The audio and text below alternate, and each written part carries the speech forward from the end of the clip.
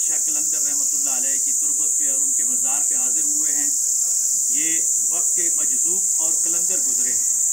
आपका vassal 60s की दहाई में हुआ और आपको ये एजाज़ हासिल है कि इस्लामी जमहूरिया पाकिस्तान के उस वक्त के हुक्मरान फील्ड मार्शल अयूब खान भी आपके कदमों में बैठना अपनी शहादत समझते थे। आप हसनी हुसैनी सैयद थे और आपने अपने आप को फना कर लिया था, दुनिया से कट गए थे। एक जगह बैठकर अल्लाह को इस अंदाज के साथ याद किया कि अपने नफ्स को मार दिया और अल्लाह की याद में महव हो गए और अल्लाह ने बदले में आपको ये एजाज़ अता फरमाया कि फ़ज़्कुरूनी अज़्कुरुकुम, तुम मुझे याद करो मैं तुम्हारे चर्चे करूँगा। इन्होंने अल्लाह को याद किया और अल्लाह तबारक व तआला ने मखलूक के दिलों में मोहब्बत डाल दी।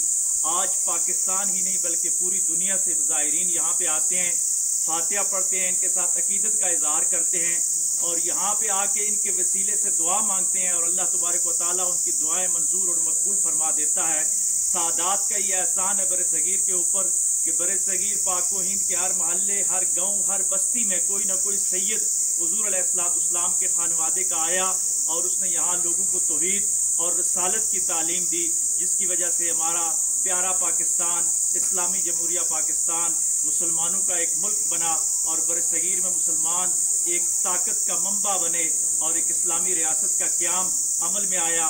आज भी अगर हम इन दरगाह वालों के साथ अपना ताल्लुक मजबूत करें, जिस तरह इन्होंने अपनी नफ्स कशी की है, मखलूक खुदा की खिदमत की है, इसी तरह अगर हम भी खिदमत करें तो हमारा मुल्क तरक्की करेगा, हमारा मजहब तरक्की करेगा।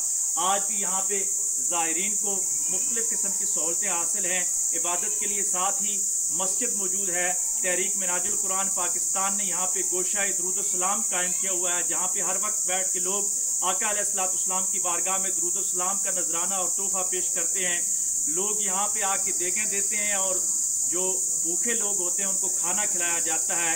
यहाँ रूह की ग़िज़ा के लिए अल्लाह के ज़िक्र का इंतज़ाम है, तो वहाँ मादी ज़रूरियात का भी ख्याल रखा जाता है।